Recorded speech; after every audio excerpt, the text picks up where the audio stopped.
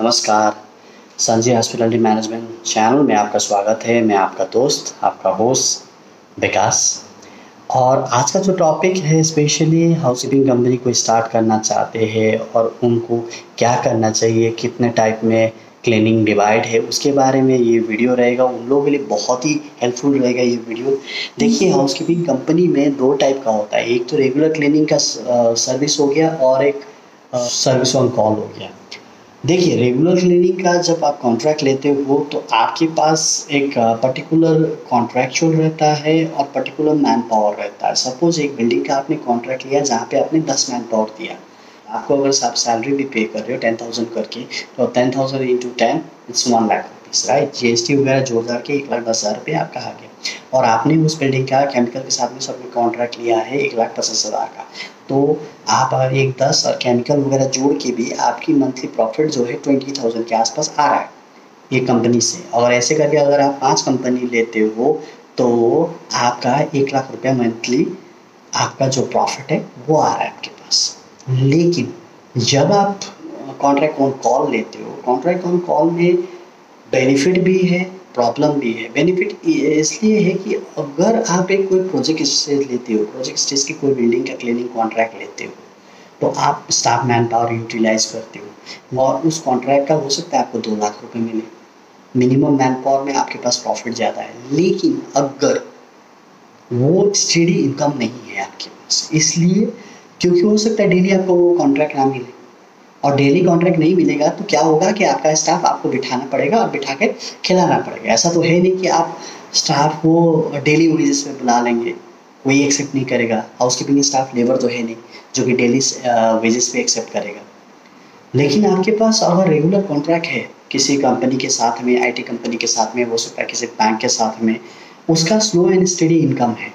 उसमें slow and study income है कि एंड ऑफ द मंथ आपको पैसा मिल जाएगा, एंड ऑफ द मंथ आपका बिलिंग हो जाएगा। हो सकता है किसी कंपनी से 1.5 महीने में बिलिंग हो सकता है 2 महीने में बिलिंग हो, लेकिन बिलिंग होगा।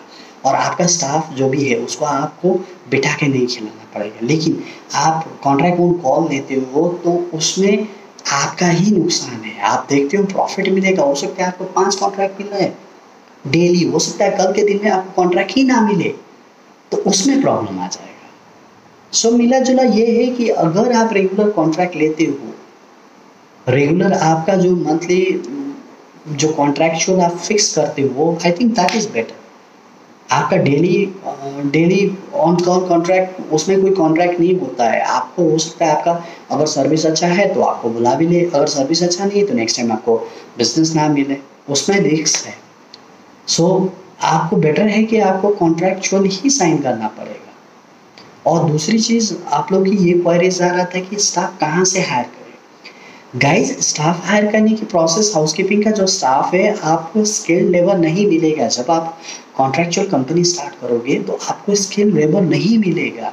क्योंकि स्किल्ड लेबर इसलिए नहीं मिलेगा क्योंकि मोस्टली होटल मैनेजमेंट जब भी करता है 6 मंथ या 1 ईयर का जो कोर्स करता है, she will prefer to join a brand hotel. उनको एक ब्रांड प्रॉपर्टी ही ज्वाइन करना होता है, वहाँ जाके ही नॉलेज लेना पड़ता है। तो आप जो हाउसकीपिंग कॉन्ट्रैक्ट रन कर रहे हो उसमें आपको ऑन स्किल लेबर लेना पड़ेगा, उनको ट्रेन करना पड़ेगा। और जितने भी स्टाफ उठाते हो उनका यही तरीका है कि आप अगर लोकल में कोई कॉन्ट्रैक्ट उठा रहे हो वहाँ से ही लोकल स्टाफ हायर कीजिए। लोकल स्टाफ हायर करने से आपका यही बेनिफिट है, आपको एकोमोडेशन नहीं देना पड़ेगा, उनको खाना नहीं देना पड़ेगा, आपका पैसा बचेगा। और लोकल हायर करने का बहुत ही आसान तरीका है। आपको इधर लोकल न्यूज़पेपर्स में आपको ऐड देना पड़ेगा, एक तो। दूसरा, एरियाज में जितने भी एरियाज हैं, लोकल एरियाज, वहाँ पे अपना कंपनी का जो पैम्पलेट है उस पे आपको एडवर्टाइजमेंट करना पड़ेगा। पैम्पलेट के एडवर्टाइजमेंट में उतना खर्चा नहीं होता है। और दूसरा चीज़, आपकी कंपनी को बढ़ाने के लिए ऑनलाइन का प्रोसेस तो है ही है, आपको ऑफलाइन के ऊपर भी ध्यान देना पड़ेगा। ऑफलाइन इन द सेंस आपकी जितनी भी फ्रेंड सर्कल है, रिलेटिव की सर्कल है, उनको उनके पास हो तो आपको स्प्रेड करना पड़ेगा कि आपने ये सर्विसेज शुरू किया है, आप ये सर्विस प्रोवाइड कर सकते हो। ये सब चीज़ अगर करोगे तो एक कान से दूसरा कान जाएगा, दूसरा कान से तीसरा कान जाएगा, उससे आपका एडवर्टाइजमेंट हो जाएगा फ्री में। तो ये चीज़ें आपको याद करना पड़ेगा। स्टाफ की हायरिंग का भी वही है, अगर आपकी कंपनी आप स्टार्ट कर रहे हो, आपको कॉन्ट्रैक्ट मिल जाता है किसी एक ऑफिस का और उसमें आपको स्टाफ का रिक्वायरमेंट है, तो आपको इस तरह से एक एडवर्टाइजमेंट देना पड़ेगा लोकल हायरिंग के लिए। और वहाँ पे आप लोग का ये भी क्वेरीज आ रहा था कि सैलरी क्या पे करें। सैलरी पे करने के लिए आपको वहाँ का ट्रेंड देखना पड़ेगा। 5-6 हाउसकीपिंग की जो कंपनीज आपके आसपास में है, वो लोग क्या सैलरी पे कर रहे हैं, क्या पैकेज पे कर रहे हैं, उससे थोड़ा सा हाइक दे के आपको देना पड़ेगा। और आपको बहुत जन की ये भी क्वेरीज आ रहा था कि सर बिजनेस कैसे लाए। बिजनेस लाने के लिए आप नौसिखिया हो, आप नए खिलाड़ी हो मार्केट में, आपके पास आके कोई बिजनेस आपको देगा नहीं। आपको जितनी भी आपके एरियाज में जो भी कॉन्ट्रैक्चुअल हाउसकीपिंग कंपनीज है, उनके पास पर्सनल विजिट करना पड़ेगा या आपके रिलेटिव्स को विजिट करना पड़ेगा। वहाँ से वो लोग क्या रेट कॉन्ट्रैक्ट दे रहा है, अगर सपोज एक बैंक का कॉन्ट्रैक्ट है, वो लोग क्या रेट कर, वो 5-6 कॉन्ट्रैक्ट अगर आपके पास आ सकता है, उस 5-6 हम कॉन्ट्रैक्ट को कंपैरिजन करके लोएस्ट रेट आपको निकाल के देना पड़ेगा। लोएस्ट रेट आपको निकाल के देना पड़ेगा और आपको प्रॉपर एक्सप्लेन करना पड़ेगा। अगर आपको सपोज एक क्लाइंट मिल जाता है, उस क्लाइंट को प्रॉपर देना पड़ेगा कि आप लोग क्या सर्विस दे सकते हो और सर्विस के साथ में क्या फीडबैक का प्रोसेस है। अगर सर्विस में क्वालिटी अच्छा नहीं लगता है तो किस तरह से फीडबैक क्लाइंट दे सकता है, ये सब आपको बताना पड़ेगा।